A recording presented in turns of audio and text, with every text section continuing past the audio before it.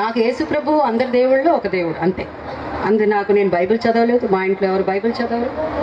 నాకు పెద్దగా యేసు ప్రభు గురించి తెలియదు. యేసు ప్రభు, ఆయన తల్లి మరియమాత, అలా అంతే తెలుసు, కానీ అంతకంటే మాకు ఏం తెలియదు.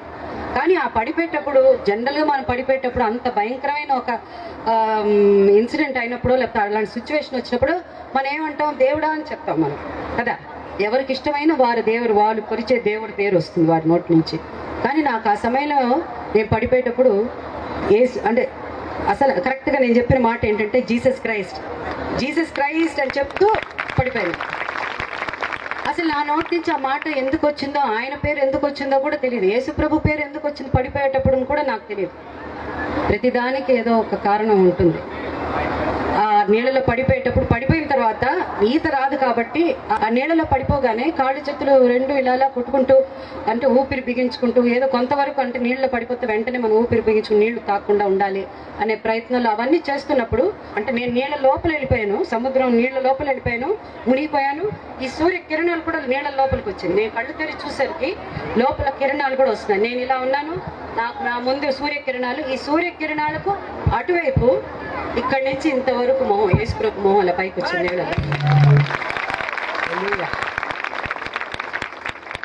ఒక్క నిమిషం, ఒక సెకండ్ నాకు అట్నే నాకు తెలియలే. అంటే మనం నీళ్ళ లోపల ఇంకో మొహం సడన్ గా చూస్తే మనకి ఎలా అనిపిస్తుంది?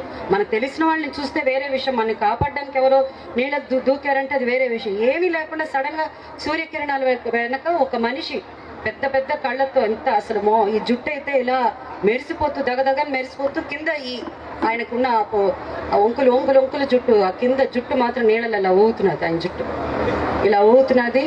అప్పుడు నేను చూడగానే అసలు ఒక నిమిషం, ఈయన యేసుప్రభు కదూ అలా అనుకున్నాను. అంటే మనం వచ్చి నేను ఆయన చర్చిలో చూసినట్టు, ఎప్పుడైనా చర్చికి వెళ్ళినప్పుడు ఫోటోలోనో క్యాలెండర్లోనో చూస్తే నేను యేసుప్రభులా ఉన్నాడే, ఈయన యేసుప్రభు అంతే అనగానే పైకి వచ్చేసాను. పైకి రాగానే దాని తర్వాత మా వారికి నేను చెప్పాను, అంటే ఒక షాక్లో వెళ్ళిపోయి మా వారికి నేను చెప్పాను, ఇలా నేను యేసుప్రభుని చూశానంటే మా వారు నమ్మలేదు. యేసుప్రభు కనిపించడం ఏంటి, ఇది దేవుడు కనిపించడం ఏంటి అది అని వారు చాలా, మేమిద్దరం, మా వారు ఎక్కువ సైన్స్ని తెలుగులో ఏమంటారు, ఎక్కువ దాని మీద ఎక్కువ బేస్ చేసి అలా, అంటే వాటి మీద నమ్మకాలు ఎక్కువ ఉంటుంది. తర్వాత నేను బాప్టిజం తీసుకోవడం జరిగింది. దాని తర్వాత నా జీవితంలో ఎంతో మార్పు వచ్చింది. అంటే ఇంతకుముందు సమస్యల్ని ఎదిరించే శక్తి లేదు, ప్రభు దగ్గరకు వచ్చిన తర్వాత సమస్యలు ఎదిరించే శక్తిని ఇచ్చాను. చాలా భయపడేదాన్ని, చిన్న విషయాలు కూడా భయపడేదాన్ని. ధైర్యంగా ముందుకు అడుగు వేసే శక్తిని, ధైర్యాన్ని ప్రభు ఇచ్చాడు.